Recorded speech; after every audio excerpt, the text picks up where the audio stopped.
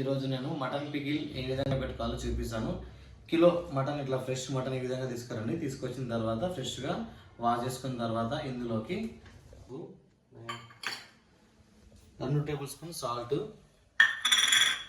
2 table spoon oil. ఈ విధంగా పసుపు, సాల్ట్, ఆయిల్ మటన్ని మంచిగా పట్టిన తర్వాత ఇప్పుడు స్టవ్ ఆన్ చేసుకొని ఈ విధంగా వెడల్పు వాడి కడాయి పెట్టుకొని అందులో మనము కలిపి పెట్టుకున్న మటన్ని యాడ్ చేసుకోవాలి. ఫస్ట్ లో ఫ్లేమ్లో ఒక 10 to 15 మినిట్స్ వరకు అందులో వాటర్ మొత్తం అయిపోయేంత వరకు దీన్ని మంచిగా లో ఫ్లేమ్లో ఉడికించుకోవాలి. మనం కడాయి పైన మూత కవర్ చేసుకొని 10 మినిట్స్ లో ఫ్లేమ్లో వాటర్ మొత్తం బయటకు వచ్చేంత వరకు ఉడికించుకుందాం. మొత్తం బయటకు వచ్చేంత వరకు మనం ఆలోపు నిమ్మకాయ జ్యూస్ని పిండుకుందాము. పచ్చడిలో నిమ్మకాయ జ్యూస్ వేసుకోవాలి కాబట్టి నిమ్మకాయలు ఈ విధంగా 3 నిమ్మకాయలు తీసుకుంటున్నాను నేనైతే కిలో మటన్కి. ఈ విధంగా కట్ చేసుకొని వీటి జ్యూస్ని సపరేట్ వేసుకోవాలి. మంజు, నేను నీకోసం ఒకటి కవిత రాసిన. మంజు, చెప్పనా? చెప్పు. వంటింట్లో ఉంటుంది స్టవ్, నవ్వుతే బాగుంటుంది నీ నవ్వు. ఏమన్నా రాసినావు? అట్లా ఉంటుంది మరి మనతోటి. ఈ విధంగా లెమన్ జ్యూస్ని పిండేసుకొని పక్కన పెట్టుకోవాలి.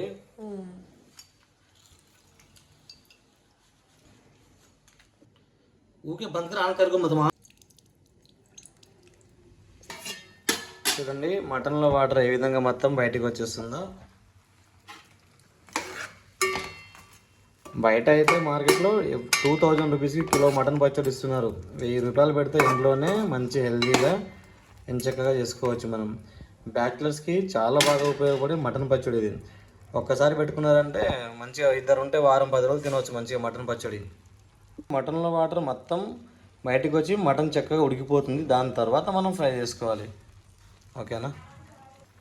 చూసారా మటన్లో వాటర్ ఏ విధంగా బయటికి నేరు, దీంట్లో కొంచెం కూడా వాటర్ పోయలేదు. మొత్తం ఇది మటన్లో ఉన్న వాటరే. ఈ వాటర్తోనే మటన్ చక్కగా ఉడికిపోతుంది. చూడండి ఎంత బాగా ఉడుకుతుందో. ఇంకా టైం పడుతుంది. ఇంకొక 10 నిమిషాల దాకా దీన్ని ఉడికించుకోవాలి మనం. పికిల్లో కావాల్సిన మసాలా తయారు చేసుకుందాము. జీలకర్ర, మెంతులు, ఆవాలు, కొంచెం లవంగాలు, ఇలాచి ఇవన్నీ దూరగా వేయించుకొని దీని మొత్తాన్ని మసాలా మిక్సీ పట్టుకోవాలి. మిక్సీ పట్టుకొని పక్కన పెట్టుకోవాలి. ఇది మరీ ఎక్కువగా వేయించుకోవద్దు, చేదైపోతుంది.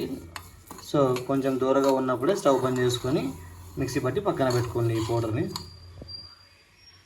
మటన్లో వాటర్ మొత్తం ఇంకిపోయింది. ఇప్పుడు స్టవ్ బంద్ చేసుకొని మటన్ని పక్కన పెట్టుకోవాలి.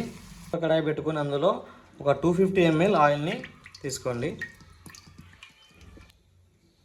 ఆయిల్ బాగా హీట్ అయిపోయిన తర్వాత ఇప్పుడు మనం ముందుగా ఉడకబెట్టి పెట్టుకున్న మటన్ ఉందిగా, ఈ మటన్ మొత్తాన్ని ఇందులో తీసుకొని మంచిగా ఫ్రై చేసుకోవాలి.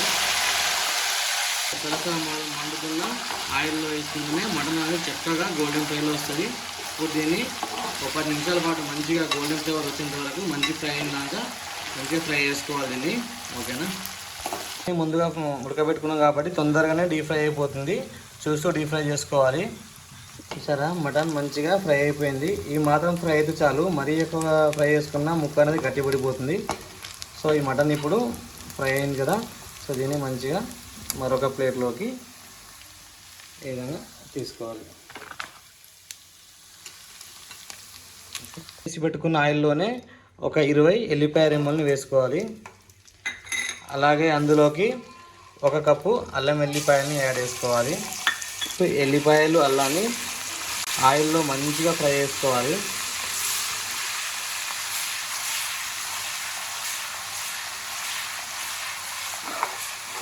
మంచిగా బ్రౌన్ కలర్ వచ్చేంత వరకు గోల్డెన్ ఫ్లేవర్లో మంచిగా డీప్ ఫ్రై చేసుకోవాలి.